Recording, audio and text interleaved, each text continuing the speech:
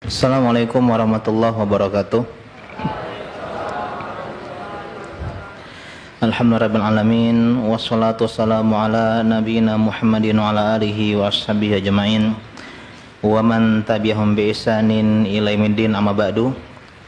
Segala puji bagi Allah Subhanahu wa taala yang pada malam hari ini Allah Subhanahu wa taala masih berikan kita hidayah dan taufiknya sehingga kita menuntut ilmu agama.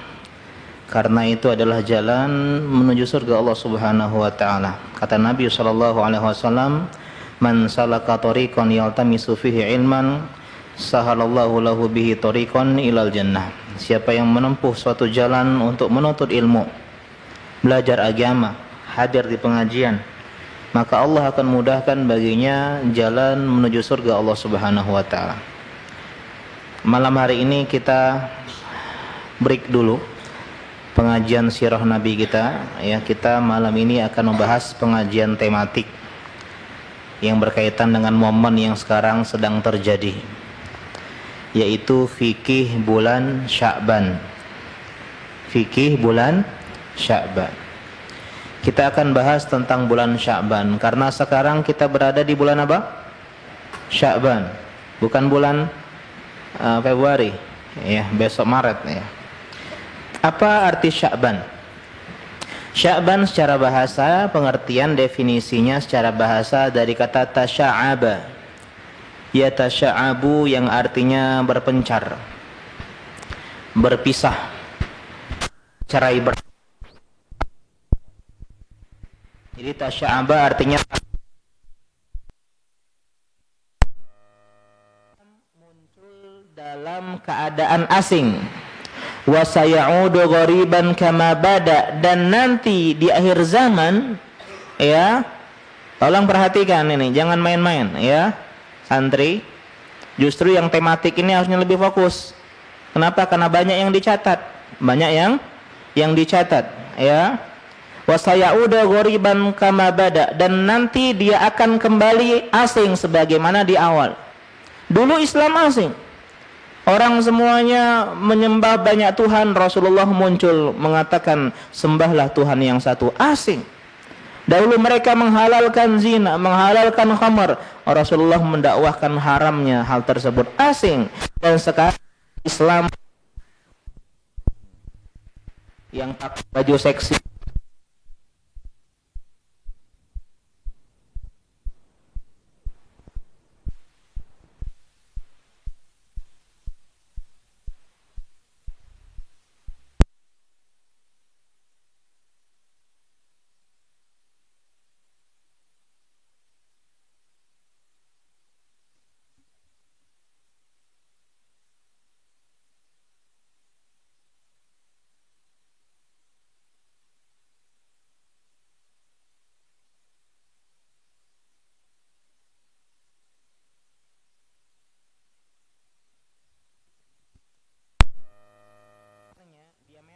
bukan jari-jari, diameternya atau mutarinya perjalanan 100 tahun. Gede itu pohon di surga. Artinya surga bagi orang-orang yang terasing. Beruntung bagi orang-orang yang terasing. Siapa yang terasing? Apakah kita? Belum tentu, Pak. Karena ketika Nabi menyebutkan ghuraba, bukan orang-orang yang penampilannya yang asing.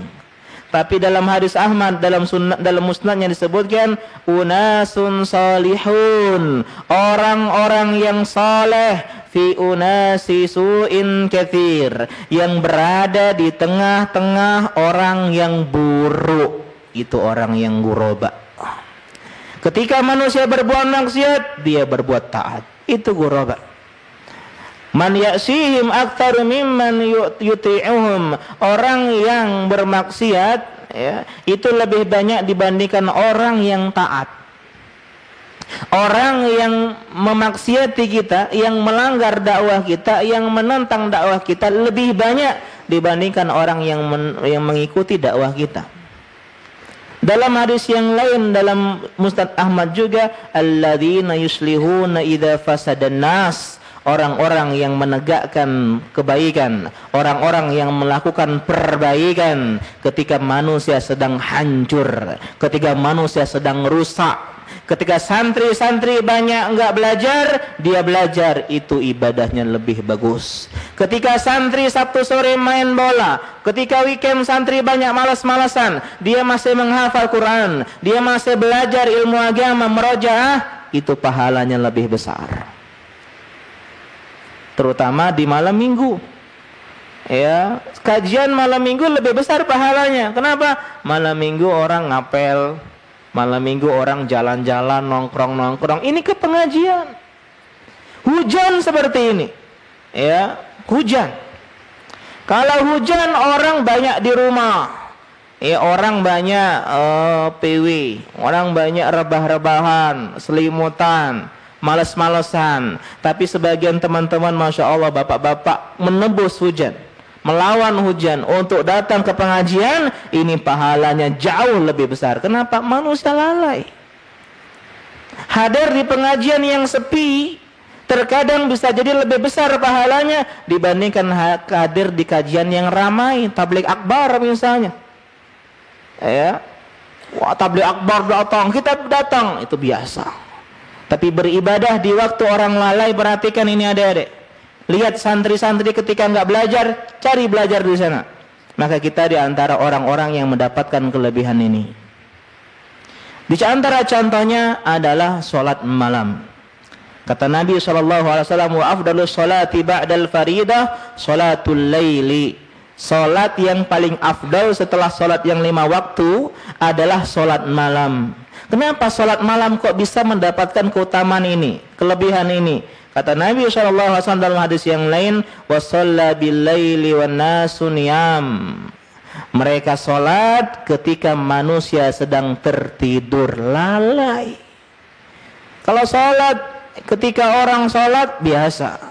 Tapi orang lagi nggak sholat, orang tidur, orang terbuai dalam mimpinya. Ini santri-santri bangun ya, jam 2, jam 3, kemudian dia sholat. Maka ini diantara keutamaan kenapa sholat malam lebih didahulukan atau lebih dibandingkan dari sholat-sholat sunnah yang lainnya. Meskipun ada khilaf di antara sholat sunnah lail, malam, dan sholat sunnah rawatib, mana yang lebih afdol. Contohnya, zikir masuk pasar. Siapa yang hafal zikir masuk pasar? Siapa yang hafal zikir masuk masjid? Bismillah wassalatu wassalamu ala rasulillah Allahumma ya, jangan malu-maluin ini. Santri Al-Madinah masa nggak tahu doa masuk zikir? Keras-keras Allahumma. Kok ada lili ya dah? Allahumma ftahli abwaaba rahmatik. Ini tanda jarang dipraktekan. Ya. Coba doa masuk pasar. Udah jarang ke pasar. Ada sebuah hadis dalam Tirmizi, kalau orang menyebutkan zikir ini, kata Nabi, kataballahu lahu alfa alfi hasanah. Allah akan mencatatkan pahala baginya alfa alfi. Berapa alfa alfi? Berapa alfa alfi? Hah? 1 juta. 1000-nya 1000. 1 juta pahala. Enggak sampai situ ada-adek. Wa maha anhu alfa alfi sayyi'atin, dan Allah akan menghapuskan alfa alfi dosa, alfa alfi keburukan. Berapa alfa alfi tadi? 1 juta keburukan. Kemudian belum sampai situ, wa rafa'alahu alfa alfi darajah, dan Allah akan meninggikan dia alfa alfi derajat, 1 juta derajat. Dalam hadis Ibnu Majah ditambahkan, wa bana lahu baitan fil jannah, dan Allah akan bangunkan istana, rumah baginya di surga. Ternyata itu bukan zikir masuk masjid. Ternyata itu adalah zikir masuk pasar. Kata Nabi, man dakhala suq, siapa yang ketika masuk pasar, faqal, dia mengatakan la ilaha illallah wahda la syarika lah lahul mulku wa lahul hamdu wa huwa ala kulli syai'in qadir. Gampang. Meskipun itu versi pendeknya. Tapi versi yang disebutkan dalam hadis ini ada tambahan. La ilaha illallah wahdah la syarikalah lahul mulku wa lahul hamdu yuhyi wa yumit wa huwa hayyun la yamut wa biyadihil khair wa huwa ala kulli syai'in qadir. Didapatkanlah pahala-pahala yang tadi. Pendek. Apa rahasianya? Kenapa zikir masuk pasar kok sebanyak ini? Karena jujuran saja, mana yang lebih sering, zikir masuk masjid atau zikir masuk pasar? Zikir masuk masjid. Karena zikir masuk pasar banyak dilalaikan oleh manusia. Orang baca Quran di masjid biasa? Biasa. Orang baca Quran di pondok biasa? Biasa. Sering lihat orang baca Quran di pasar? Jarang. Jarang. Karena itulah masuk pasar nih. Ya, Mas Abdurrahman kalau belanja misalnya ke pasar, jangan lupa nih baca ini. Ya. Atau Pak Imam misalnya, ya. Beliau lagi beli sayur-sayur. Ya, untuk pesantren misalnya. Jangan lupa. Atau teman-teman yang lain, ya. Kalau teman-teman lain santri nggak ke pasar, Ustaz aku mau ke pasar Ustaz. Kenapa dapetin hadis ini? Enggak, yang larang nggak boleh kemana-mana, ya. Santri nggak boleh kemana-mana. Kenapa? Kata para ulama menjelaskan, karena pasar adalah tempat orang lalai dari ingat Allah Subhanahu Wa Taala. Abghadu ya al-ardi illallahi as-suq. Tempat yang paling Allah benci adalah pasar. Tempat yang paling Allah cintai adalah masjid. Karena itulah luar biasanya Muhammad ibnu Sirin. Beliau itu kalau di pasar, beliau seorang pedagang, seorang saudagar, ulama. Kalau orang lihat Muhammad bin Sirin di pasar, orang langsung ingat sama Allah Subhanahu Wa Taala. Bayangin luar biasanya beliau tuh. Kalau ngelihat kita di masjid ingat Allah mah biasa. Lihat kita lagi baca Quran, ingat Allah, langsung ingat Allah. Ini di pasar. Ibnu Sirin dilihat orang-orang itu langsung ingat sama Allah Subhanahu Wa Taala. Ini kaidah. Sebagian ulama mengatakan menganjurkan beribadah di antara maghrib dan isya. Karena mereka mengatakan ini sa'atu ghaflah namanya. Waktu lalainya manusia. Paling enak istirahat di mana? Antara maghrib dan isya, main sama anak, ya rebahan, nonton TV, scrolling media sosial, makan malam, ya enggak? Kalian enggak ada libur ya? Setiap maghrib dan isya enggak ada libur. Kalau libur tuh enak itu, paling enak. Kalau habis isya udah mau tidur. Kalau sore mungkin masih halaqah, masih olahraga. Paling enak itu di mana? Antara maghrib dan isya. Sehingga disunahkan kita memperbanyak ibadah di waktu tersebut. Dan Masya Allah nih adik-adik semua teman-teman pengajian antara maghrib dan isya ini lebih lagi. Jadi intinya kaedahnya amalan di waktu manusia lalai itu jauh lebih besar dibandingkan beribadah di waktu manusia yang sedang beribadah kepada Allah Subhanahu Wa Taala. Kenapa Sya'ban istimewa? Karena poin ini. Orang banyak lalai di bulan Sya'ban, maka kita kalau maksimalkan bulan Sya'ban dengan ibadah, kita jadi orang yang anti mainstream, orang yang out of the book, ya, orang yang tidak ikut arus. Apa hikmahnya kata para ulama? Di antara hikmahnya orang yang beribadah di waktu lalai lebih tersembunyi dan lebih ikhlas kepada Allah Subhanahu Wa Taala dibandingkan orang yang beribadah di waktu manusia pun beribadah. Di antara hikmahnya juga adalah kita menjadi lebih kuat untuk melawan arus orang-orang yang lalai. Kalau mengikuti orang yang baik-baik, orang yang buruk-buruk, itu artinya dia nggak punya kuat imannya. Ini menjadi ujian tersendiri, tantangan tersendiri, challenge tersendiri ketika orang-orang lain pada main bola, dia masih di masjid. Masya Allah, mantap. Weekend misalnya, hari orang pada nemuin orang tuanya, dia nemuin orang tuanya sambil merojaah. Ya, jangan juga kayak gitu ya. Orang tuanya nggak diagoi, jangan ya. Intinya nggak main HP dan seterusnya. Ini yang pertama. Yang kedua, bulan diangkatnya amal-amal. Kata Nabi SAW tadi, wa huwa syahrun turfa'u fihi a'mal ila rabbil alamin. Dan ini dalil bahwasanya Allah berada di atas langit.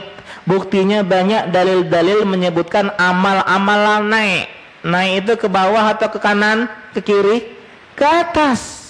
Dan namanya naik amalan kita menuju Allah Subhanahu wa taala. Malaikat naik turun dari langit menuju dunia, naik dari dunia menuju langit. Ini dalil sebenarnya secara fitrah kita menunjukkan Allah berada di atas langit.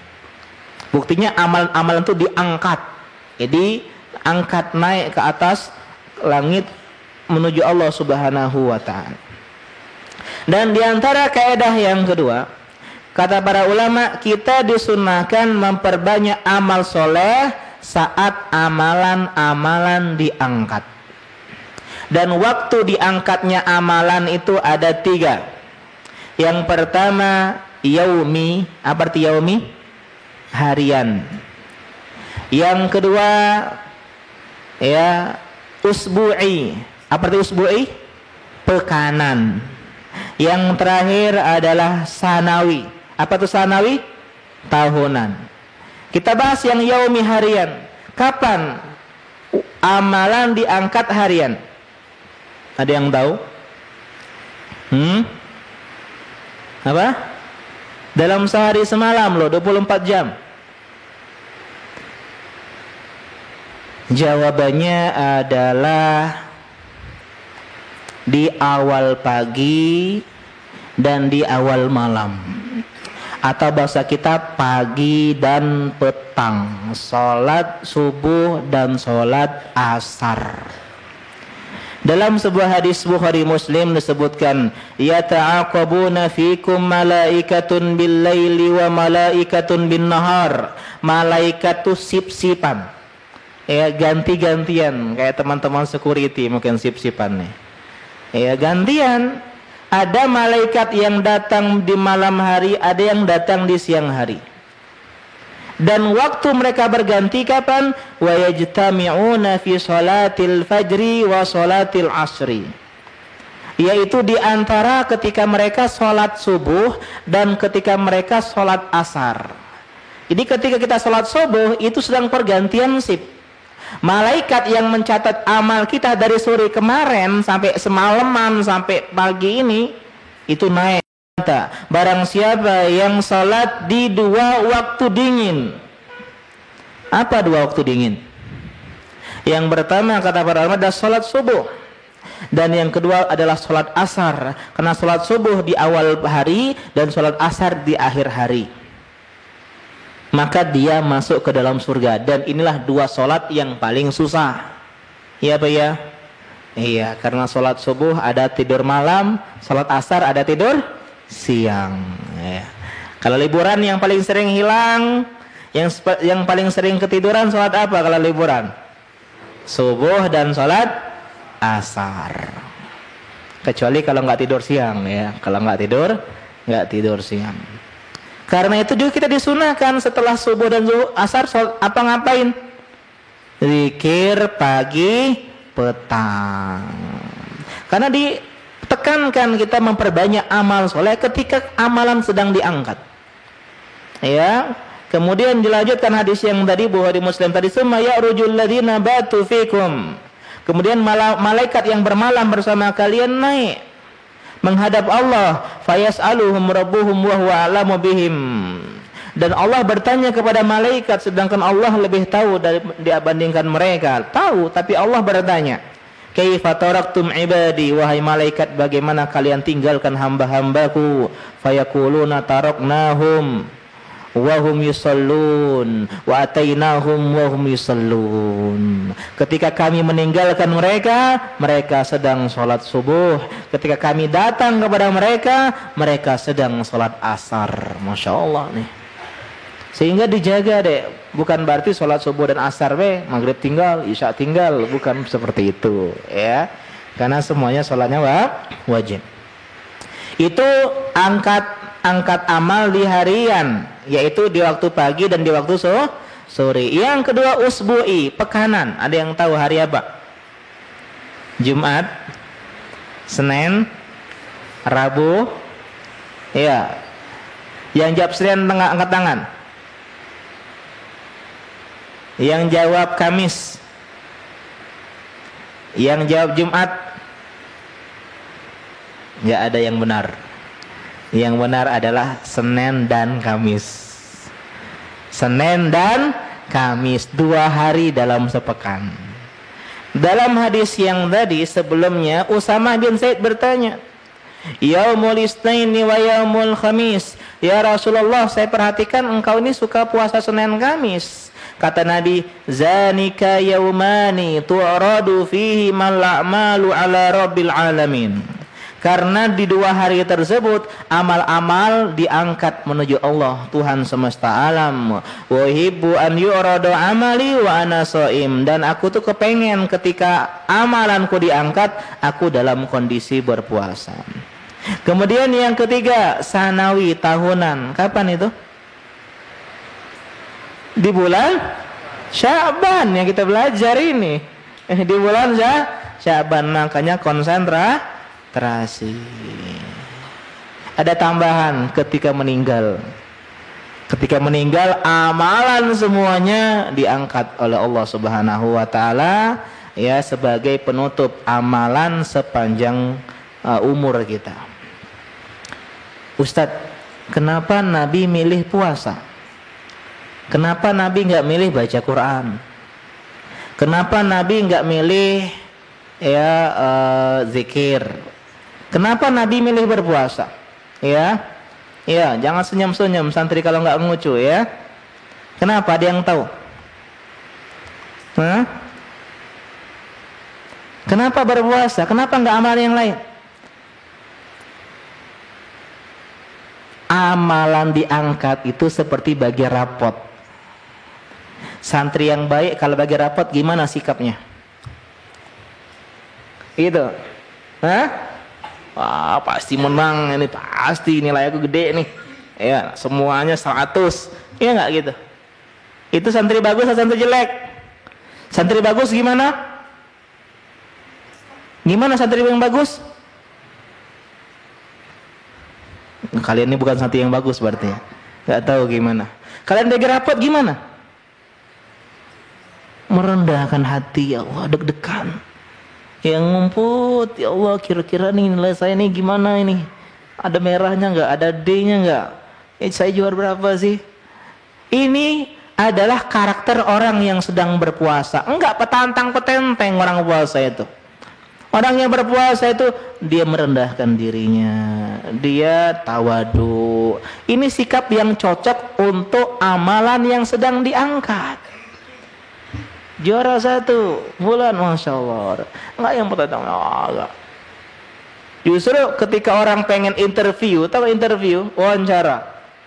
Siapa yang nih, Pak Imam sering wawancara orang ini baru. Yang mana yang dilihat? Ada orang yang petantang petenteng. Wah, saya pasti bisa kerja, Pak. Ya. Tapi apa yang masih harap ada cemas, saya berharap, tapi saya masih ini, Pak, saya berusaha. Itu yang kita pilih, orang-orang yang merendahkan hati tadi, yang tawadu, yang enggak sombong, yang enggak petantang petenteng, yang enggak mencela-menceli. Inilah sikap orang yang berpuasa, kata para ulama. Karena kita sadar amal kita sedikit, yang diangkat itu sedikit. Dan yang diterima lebih sedikit lagi, belum tentu diterima. Sehingga orang yang punya prinsip seperti ini, dia akan merendahkan dirinya. Allah, bagi rapot aku kemarin banyak lalainya. Ya, belajar enggak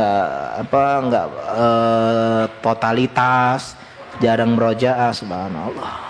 Inilah sikap kita. Kita sadar dosa kita banyak, belum tentu diampuni. Amalan kita sedikit, belum tentu diterima. Seharusnya ketika Senin Kamis nih dalam keadaan yang merendahkan diri. Di antara caranya adalah dengan berpuasa.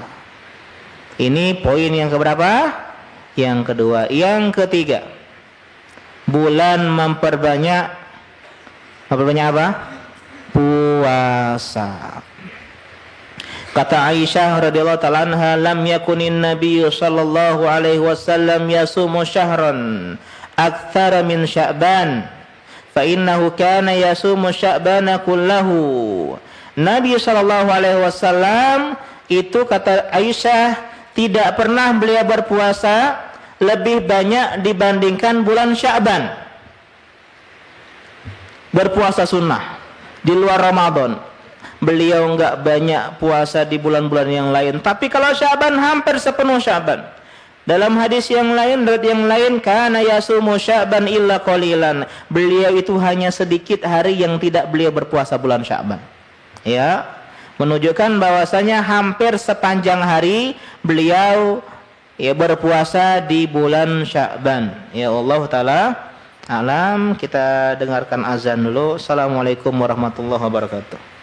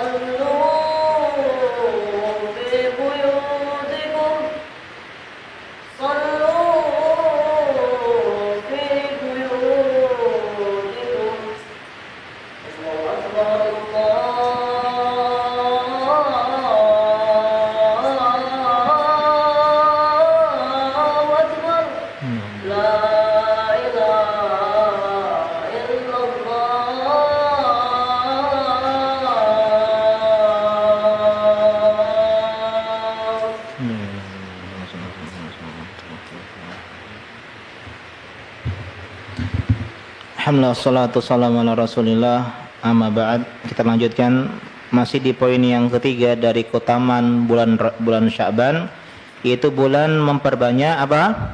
Puasa.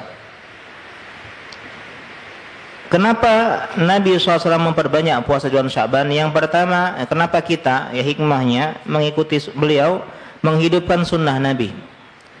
Menghidupkan sunnah Nabi. Kalau bisa jangan sampai Sya'ban berlalu nggak pernah puasa, adik-adik. Ya, ini menyelisih sunnah Nabi SAW. Nabi itu hampir 30 hari. Kita sehari aja nggak bisa puasa bulan Sya'ban. Ini adalah perbuatan yang kurang antusiasme meneladani Nabi SAW. Yang kedua, menampal kekurangan bulan puasa Ramadan kita. Karena Sya'ban itu seperti sholat qobliyahnya, seperti sholat qobliyah, dan Syawal seperti ba'diyahnya. Artinya fungsi rawatib qobliyah ba'diyah untuk menampal. Qobliyah menampal sholat yang selanjutnya, ba'diyah menampal sholat yang sebelumnya. Sehingga inilah kenapa kita berpuasa di bulan Sya'ban, untuk menampal kekurangan di bulan Ramadan. Yang ketiga, karena ini adalah amal yang terbaik dan sesuai di saat amal kebaikan diangkat. Jadi amal yang paling bagus untuk di waktu-waktu amal diangkat adalah berpuasa. Karena itulah Senin Kamis Nabi berpuasa.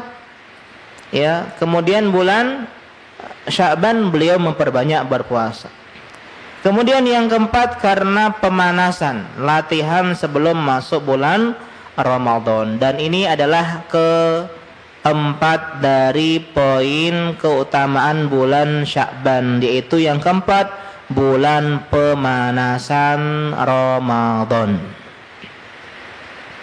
Ulangi, apa yang pertama? Bulan Sya'ban, bulan yang dilalaikan manusia. Yang kedua, bulan yang diangkat amal-amal. Yang ketiga, bulan memperbanyak puasa. Yang keempat, bulan pemanasan Ramadan. Ramadan itu adalah bulan latihan. Setuju nggak? Tidak setuju. Gara-gara bulan latihan inilah orang jadi nggak totalitas. Namanya latihan. Kalau kepernya kebobolan, biasa-biasa saja. Kalau nggak cetak gol, nggak apa-apa. Kok latihan kok? Sehingga gara-gara ucapan ini orang jadi nggak totalitas di bulan Ramadan. Katanya Ramadan adalah bulan latihan. Salah. Ramadan adalah bulan pertandingan. Ramadan adalah bulan pertarungan, olimpiadenya orang-orang yang bertakwa. Ramadan latihannya 11 bulan. Mana yang lebih banyak? Bertanding atau latihan? Bertanding apa latihan? Orang pengen Piala Dunia 4 tahun sekali, hanya 1 bulan. Latihannya berapa tahun? 4 tahun latihannya. Untuk pertandingan yang 1 bulan. Orang ikut Thomas Cup badminton, pertandingannya cuma seminggu, tapi latihannya berbulan-bulan. Artinya latihan lebih panjang dibandingkan pertandingan. Kalau kita mengatakan Ramadan adalah bulan latihan, pertandingannya mana? Justru Ramadan adalah bulan pertarungan, mati-matian. Latihannya 11 bulan. Lihat para ulama salaf, fokusnya sepanjang tahun Ramadan. Dalam Lataiful Ma'arif disebutkan, kanu yad'una Allah sittata ashhurin an yuballighahum Ramadan. Dahulu ulama salaf sejak setengah tahun, 6 bulan sebelum Ramadan sudah berdoa, Allahumma balighna Ramadan, ya Allah perjumpakan aku dengan Ramadan. Kemudian wa kanu yad'unahu sittata ashhurin, ya, an yataqabbala minhum, dan setelah Ramadan selesai 6 bulan, setengah tahun, mereka berdoa, taqabbal minna, ya Allah terimalah amal Ramadan kami. Jadi dari Ramadan sampai setengah tahun berdoa semoga Allah terima amalan Ramadan kita. Setengah tahun selanjutnya berdoa agar Allah berjumpakan kita dengan Ramadan selanjutnya. Artinya fokusnya hanya Ramadan saja. Jadi di antara sunnah para ulama salaf adalah latihan. Justru kita kalau pengen pemanasan di bulan Sya'ban telat. Karena ulama dahulu persiapannya sudah dimulai sejak bulan Rajab. Bulan Rajab adalah bulan menanam. Ya, Syahrul Rajab, ya Syahrul Zara, bulan untuk menanam. Kemudian bulan Sya'ban lisak izar, untuk menyiram tanaman yang sudah ditanam. Dan bulan Ramadan adalah bulan untuk hasad zara, yaitu bulan untuk memanen apa yang sudah ditanam. Jadi kalau pengen memanen di bulan Ramadan, tanamlah sejak sekarang. Gimana Ustadz cara latihan, cara pemanasan? Gimana cara pemanasan? Sudah kita bahas sebelumnya. Kalau pengen pemanasan, kalau lombanya badminton, tidak mungkin pemanasannya renang.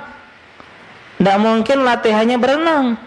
Kalau lomba futsal, nggak mungkin latihannya bulu tangkis. Yang namanya lomba futsal, ya latihannya ya futsal. Kalau dia lomba renang, ya latihannya renang. Karena itulah bagaimana cara menyambut Ramadan adalah dengan mengerjakan amalan-amalan Ramadan. Apa saja? Yang pertama apa? Amalan Ramadan puasa. Yang kedua sholat tarawih. Yang ketiga baca Al-Quran. Yang keempat banyak sedekah dan amal-amal lainnya. Dan kenapa orang itu susah Ramadan beribadah? Sebagaimana mobil yang ikut lomba balap Formula One tidak pernah dipanasin setahun. Misalnya mobil nggak pernah dihidupin selama setahun, Pak. Kemudian langsung dipakai balap. Apa yang terjadi? Nggak hidup, nggak nyala, atau kenapa? Nggak pernah dipakai latihan. Jadi kita yang nggak pernah sholat malam, tiba-tiba hari pertama, Ustadz yang baca panjang pelan-pelan, Alif Lam Mim. Nah, lama sudah itu. Ya, langsung sampai jam 10, pegal kaki, langsung duduk dia di rakaat yang kedua. Rakaat yang kedua bila sudah duduk dia, padahal ya baru sholat yang pertama. Gara-gara apa? Nggak pernah sholat sebelumnya. Yang puasanya ya Allah, ya jam 8 pagi itu nyingok karet mencak nyingok mie bihun itu. Ya, ngelihat kecoa cak lihat kurma berjalan. Gara-gara sudah ada pernah puasa. Baru jam 8 pagi lah. Berapa jam lagi ya buka puasa? Subhanallah. Ketika azan zuhur mirip-mirip azan maghrib. Mirip sama ya dah. Gara-gara nggak pernah puasa, akhirnya berat di hari pertama, hari kedua, karena nggak pernah dipakai latihan. Jadi biar kita persiapan banyak latihan agar mudah ibadah kita di bulan Ramadan. Kita mulai dari berpuasa. Disunahkan memperbanyak puasa sunnah di bulan Sya'ban untuk pemanasan di bulan Ramadan. Dan Nabi tidak pernah berpuasa berturut-turut 2 bulan dibandingkan atau daripada bulan Sya'ban dan Ramadan. Jadi langsung Sya'ban hampir full, lanjut Ramadan full. 2 bulan tersebut. Bahkan para ulama mengatakan puasa di bulan Sya'ban lebih afdal dibandingkan puasa di bulan-bulan haram. Ustadz tunggu sebentar. Dalam hadis Bukhari Muslim, Masya Allah ya, santri, Nabi mengatakan afdalus siyam ba'da Ramadan syahrallahil muharram. Puasa yang paling afdal setelah puasa wajib Ramadan adalah puasa di bulan Allah, bulan Muharram. Kenapa Ustadz bilang bulan Sya'ban? Jawabannya adalah yang dimaksud hadis tersebut adalah puasa sunnah mutlak. Sunnah itu ada 2. Sunnah yang muqayyad dan sunnah yang mutlak. Sunnah yang mutlak itu tidak ada sebab. Sebagaimana sholat, memperbanyak sholat. Sholat apa? Pokoknya sholat. Namanya sholat sunnah mutlak. Tapi sholat yang punya sebab namanya sholat tatawu' yang punya sebab. Sholat rawatib, tahiyatul masjid, sholat duha, sholat malam dan semisalnya. Yang dimaksud dalam hadis tersebut adalah puasa sunnah mutlak yang paling afdol di bulan haram, di bulan Muharram. Adapun puasa sunnah Sya'ban itu adalah puasa sunnah yang tatawu', yang punya sebab, sehingga seperti sholat rawatib yang mengikuti puasa yang wajib. Mana yang lebih afdol, sholat malam atau sholat rawatib? Karena lanjutan dari hadis tadi, wa abdul sholati ba'dal faridah sholatul lail. Salat yang lebih afdal ya dibandingkan salat yang lain setelah salat 5 waktu yang wajib adalah salat malam. Begitupun salat malam, maksudnya adalah salat sunnah mutlak di waktu malam. Yang lebih afdal adalah salat rawatib qobliyah ba'diyah. Kenapa?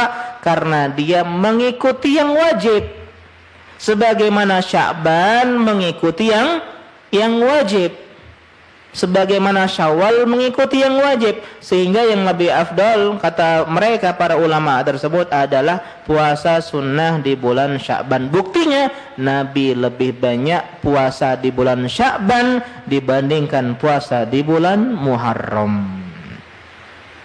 Meskipun ada yang ngebantah, oh Nabi itu kenapa nggak banyak di bulan Muharram? Karena hadis yang tadi itu beliau sebutkan di akhir-akhir hidup Nabi Shallallahu Alaihi Wasallam. Jadi belum sempat maksimalkan bulan Muharram, beliau udah meninggal. Beliau nyebut itu di Muharram sebelum beliau meninggal. Rabiul Awal meninggal. Jadi nggak sempat beliau maksimalkan bulan Muharram dengan memperbanyak puasa sebagaimana bulan Sya'ban. Itu diantara perbedaan para ulama. Ya, intinya apa? Memperbanyak puasa di bulan Sya'ban. Puasa apa saja? Mau puasa sunnah yang ada sebabnya seperti puasa Daud, Ayyamul Bid atau Senin Kamis, ataupun puasa sunnah mutlak. Tidak harus hari Senin atau hari Kamis. Ustaz, hari Senin itu ada pengajian, saya telat terus, saya nggak maulah telat, melas. Saya nggak puasa hari Selasa misalnya sama Rabu saya nggak puasa. Boleh Selasa Rabu dia puasa. Dan yang paling ditekankan atau yang diperintahkan adalah puasa qada Ramadan. Di adik-adik yang tahun Ramadan tahun lalu ada bolong gara-gara udzur, sakit atau safar, maka dia harus dikodok sebelum datang Ramadannya. Ya, dan batas akhir ini adalah bulan Sya'ban. Sudah 11 bulan Allah berikan kita keringanan. Bagi yang ada utang Ramadan terus dia tidak membayar sampai datang Ramadan selanjutnya, maka kita bagi menjadi 2 kelompok. Kelompok yang pertama, orang yang punya uzur sepanjang tahun. Pak Ustadz, saya itu mau kodok di bulan Sya'ban. Qadarullah di bulan Sya'ban saya itu sakit sebulan penuh sampai nggak bisa mengkodok. Maka kita katakan dia tidak berdosa karena dia ada udzur. Ada apa? Udzur. Tapi tetap nanti dia bayar setelah Ramadan selesai. Jadi hutangnya nggak habis, hutangnya nggak hangus. Ini kelompok yang pertama. Adapun kelompok yang kedua, jika dia menunda-nunda puasa qada Ramadannya sampai datang Ramadan selanjutnya, maka dia berdosa menurut kesepakatan para ulama. Dan dia wajib tetap mengqada, hutangnya enggak habis. Nah, perhatikan sebagian orang-orang ini udah bertahun-tahun dia enggak bayar qada Ramadan, itu enggak hangus, enggak ada pemutihan. Enggak ada pemutihan apa? Pemutihan puasa. Dia harus perkirakan dan harus dibayar semuanya. Beda dengan sholat. Beda dengan sholat. Sehingga dia harus mengqada. Hanya saja ulama beda pendapat. Apakah orang yang menunda qada Ramadan sampai datang Ramadan selanjutnya hanya mengqada atau harus membayar kafarat, denda? Dendanya berupa fidyah, memberi makan orang miskin. Jumhur ulama mengatakan wajib dia membayar qada plus kafarat. Wajib dia membayar qada puasa Ramadan dan memberikan fidyah. Contoh dia 7 hari utang yang belum dia bayar, maka 7 makan orang miskin dia kasih. Ini pendapat jumhur. Pendapat Imam Syafi'i, Imam Malik dan Imam Ahmad. Adapun pendapat yang kedua adalah pendapat Abu Hanifah yang mengatakan qada saja tanpa kafarat, tanpa fidyah. Karena hadisnya adalah hadis yang lemah dan ini pendapat yang lebih dikuatkan oleh Syekh Utsaimin rahimahullahu taala.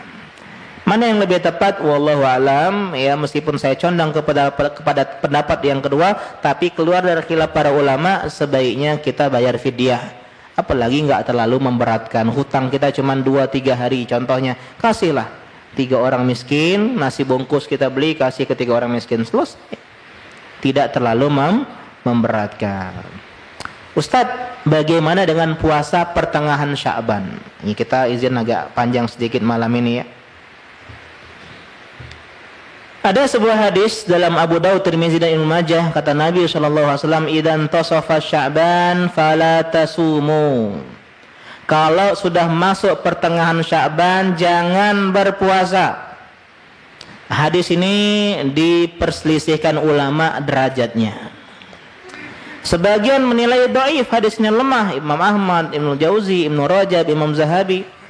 Sebagian mengatakan sahih, Ibnu Hajar, Suyuti, ya, Syekh Albani. Ya, wallahu taala alam, ya, ulama mengatakan hadis tersebut adalah hadis yang lemah. Ada yang mengatakan sahih, seandainya hadis itu sahih, larangan tersebut adalah ya dibawa kepada hukum makruh bukan haram. Ada yang mengatakan lagi larangan tersebut kalau kita memulai di pertengahan Sya'ban. Artinya kalau datang pertengahan Sya'ban, jangan baru mulai puasa. Karena Nabi kan puasa Sya'ban hampir 1 bulan penuh. Nabi nggak masuk larangan ini karena Nabi berpuasa sejak awal Sya'ban. Yang dilarang adalah pertengahan Sya'ban baru dia mau berpuasa. Akan tetapi yang dikecualikan dalam larangan ini adalah orang yang terbiasa berpuasa sunnah. Senin, Kamis, Senin, Kamis. Meskipun Sya'ban masuk paruh yang kedua, tetap kita disunahkan dan tidak dilarang. Kenapa tidak Senin, Kamis lagi? Kan sudah pertengahan Sya'ban. Enggak benar. Kalau puasa sunnah tetap dilanjutkan, yang memang udah kebiasaan kita. Ada juga yang mengatakan puasa wajib. Puasa wajib tidak dilarang meskipun sudah masuk pertengahan Sya'ban. Kenapa? Karena puasa wajib hukumnya wajib.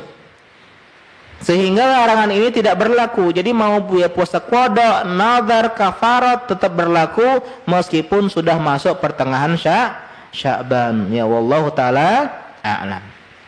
Jadi itu pendapat yang lebih tepat, tidak dilarang orang yang mau puasa setelah masuk pertengahan Sya'ban, ya. Wallahu taala alam. Meskipun yang lebih didahulukan, lebih bagus lagi kalau memang sudah kita mulai dari awal bulan Sya'ban. Karena kajian kita kan di awal-awal bulan Sya'ban. Ustaz, terus bagaimana dengan larangan memulai 1-2 hari sebelum Ramadan? Iya. Dalam hadis Muslim Nabi mengatakan la tuqaddimu atau la taqaddamu ramadhana bi shaumi yaumin wala yaumain illa rajulun kana yasumu shaumahu falyasumuhu. Jangan kalian mendulukan bulan Ramadan dengan puasa sehari. Bahasa kita curi start. Sehari atau 2 hari. Tanggal 28 atau tanggal 29, tanggal 29 atau tanggal 30 Sya'ban. Jangan puasa kata Nabi di hari tersebut. Kecuali orang yang terbiasa berpuasa ya di hari-hari tersebut. Contoh Senin, Kamis, Senin, Kamis, Senin, Kamis. Pas banget hari Kamis tanggal 29 Sya'ban, boleh dia berpuasa. Kenapa? Karena sudah menjadi kebiasaannya. Jadi kalau niatnya, Ustadz saya mau hati-hatilah, saya mau puasa tanggal 29, 30, tanggal 28 Sya'ban untuk kehati-hatian, ini dilarang, nggak boleh. Ya kenapa? Karena orang masuk puasa Ramadan harus dengan niat yang kuat, yang yakin, nggak boleh ragu-ragu.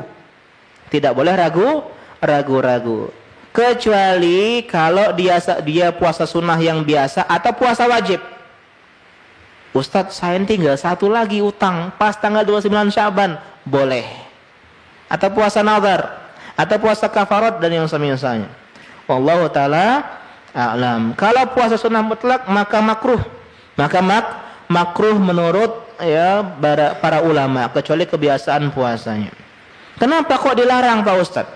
Kenapa Nabi melarang kita mendahului Ramadan dengan puasa? Karena agar tidak bertambah bulan Ramadannya. Jadi kita menambah sesuatu yang bukan bagian Ramadan, kan nambah-nambah, nggak boleh.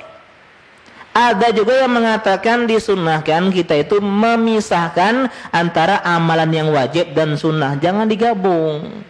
Harus ada pemisah. Di antara yang terlarang adalah sholat sunnah langsung setelah salam dari sholat wajib. Assalamualaikum warahmatullahi wabarakatuh. Assalamualaikum, langsung berdiri, Allahu Akbar.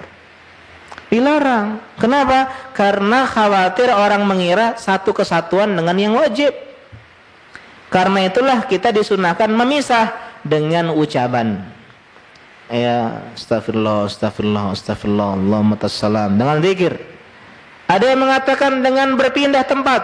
Ya, berpindah tempat, ya geser sedikit atau maju sedikit atau mundur sedikit agar ada pemisah antara sholat wajib dan sholat sunnah. Dan yang terakhir adalah puasa hari syak. Syariah syak adalah tanggal 30 Sya'ban. Jadi ketika sidang isbat, ternyata sore itu hilal tidak terlihat, maka besok dinamakan hari syak 30 Sya'ban. 30 Sya'ban, dan itu haram hukumnya berpuasa di hari tersebut. Kata Ammar bin Yasir, man shoma yauma syakki faqad asa Abul Qasim. Siapa yang dia berpuasa di hari syak, hari yang meragukan, maka dia sudah bermaksiat kepada Abul Qasim, kundiahnya Nabi SAW. Dan hadis ini meskipun mauquf kepada Ammar bin Yasir, tapi dia marfu secara hukman, karena tidak bisa menentukan ini pahala, ini dosa, kecuali bersandarkan kepada Nabi SAW. Jadi hadisnya marfu secara hukman, kecuali tadi orang yang biasa puasa sunnah di hari tersebut pas banget, maka nggak masalah dia puasa di tanggal 30 Sya'ban. Atau orang yang mau berpuasa wajib, tinggal satu puasa pas banget misalnya, ya dia bersyukur hilal tak terlihat karena dia masih punya utang 1 Ramadan, maka dia bayar di situ, nggak masalah. Wallahu taala a'lam. Masih panjang sekali ya. Ya, yang kedua memperbanyak sholat malam, ya sholat tarawih. Meskipun tidak ada tarawih, memperbanyak sholat malam. Coba setelah isya sholat malam, perbanyak dari 3, 5, 7 dan seterusnya. Kemudian memperbanyak membaca Al-Quran. Dikatakan oleh Salamah ibn Kuhail, kana yuqalu syahru Sya'ban syahru Qurra. Dahulu bulan Sya'ban disebut sebagai bulannya Al-Qurra, bulan para pembaca Quran. Bahkan dikatakan Amr bin Qais al-Mulai, kana Amr bin Qais al-Mulai idza dakhala Sya'ban aghlaqa hanutahu wa tafarraga li qiraatil Quran. Dahulu Amr bin Qais al-Mulai kalau datang bulan Sya'ban, beliau tutup tokonya selama 2 bulan. Ya, jadi beliau itu berpuasa 10 bulan. Ya, untuk apa? Untuk berpuasa, bekerja 10 bulan untuk menabung sehingga 2 bulan tidak bekerja. Ini bagusnya seperti itu kalau saya sarankan. Jadi yang punya warung usahakan ya misalnya 10 bulan dia nabung. Kemudian ketika itu dia tutup. Ya kalau dia yang terjun ya. Tapi kalau dia sudah jadi bos nggak masalah. Kenapa? Karena biar sibuk untuk Ramadan. Ya, beda dengan sebagian kita ketika Ramadan datang senang karena banyak yang beli kurma, senang karena banyak yang beli baju, sehingga senangnya gara-gara faktor duniawi. Ya, Wallahu taala alam. Tapi itu bukan keharusan. Kalau mau berbuka-buka di bulan Ramadan nggak masalah. Bukan jangan pagi-pagi. Ya, jangan buka toko di pagi-pagi, siang-siang, tapi di sore hari dan di malam hari. Orang yang membuka toko makannya di pagi hari Ramadan termasuk orang yang membuat peluang untuk bermaksiat, untuk menyediakan tempat orang yang untuk tidak berpuasa. Ustadz, kan ada yang haid, yang itu sedikit dibandingkan yang puasa. Ada orang kafir Pak Ustadz, urusan lain, dia silakan cari di tempat yang lain. Jadi banyak baca Quran adik-adik ya, di bulan Sya'ban tingkatkan lagi. Yang terakhir memperbanyak sedekah, terutama ke orang fakir miskin, biar mereka kuat untuk menyambut Ramadan. Nah, dia punya makanan, punya sedekah kurma, punya beras, sehingga dia nggak kepikiran lagi Ramadan nanti sudah ada buka puasa, ada sahur. Jangan kita nunggu Ramadan baru sedekah. Sya'ban ini sedekah. Sya'ban sedekah, apalagi masjid ini terutama nih. Biar kita Ramadan sudah punya masjid yang baru, Pak. Buka puasanya nyaman. Apalagi sekarang musim hujan kan, kalau kita buka puasa di situ hujan, subhanallah, habis sudah. ya, basah kalau pempek-pempek dan gorengan. Ya. Jadi tolong support doa dan juga apa? Dan juga support yang lainnya, ya. Itu memperbanyak sedekah. Wallahu taala alam, mungkin demikian ya pengajian kita pada malam hari ini, ya. Meskipun ada bagian pembahasan yang belum disampaikan seperti soal malam nisfu Sya'ban, kemudian juga tentang hal-hal yang terjadi di bulan Sya'ban. Yang jelas intinya bulan Sya'ban ada 4 keutamaan. Yang pertama apa? Yang pertama bulan dilalaikan manusia. Yang kedua bulan diangkatnya amal. Yang ketiga bulan memperbanyak puasa. Yang keempat bulan pemanasan Ramadan dengan cara memperbanyak puasa, sholat malam, baca Quran dan sedekah. Ustaz, Cak Mano, kalau Ramadan kemarin tidak puasa gara-gara mecah oleh apa ini? Gara-gara kawan. Apa wajib diganti, Ustaz? Ya, wajib diganti. Wajib diganti, dia tanpa uzur. Ya, dia khilaf para ulama bagaimana kalau sengaja.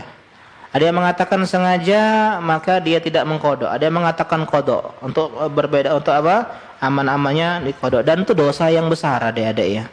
Meninggalkan puasa Ramadan dosa besar dengan sengaja. Ya, Nabi ngelihat orang yang dirobek-robek ke mulutnya ya ketika ditampakkan hukuman neraka dan azab kubur, dia adalah orang yang membatalkan puasanya, ya. Gimana orang yang koma 5 tahun, gimana kodok puasa Ramadannya? Orang yang koma 5 tahun, ya maka dia tidak ya disyariatkan seperti orang yang sedang gila, ya orang yang gila selama 5 tahun tersebut. Kalau dia komanya mungkin cuma sehari 2 hari, maka nggak masalah, ya. Ada ini yang koma 5 tahun ini. Ya, bertanyalah yang ada, adik-adik ya. Jangan yang tidak ada. Itu di antara adab yang kurang baik. Ustaz, gimana kalau dia? Tanya dulu untuk nambah ilmu.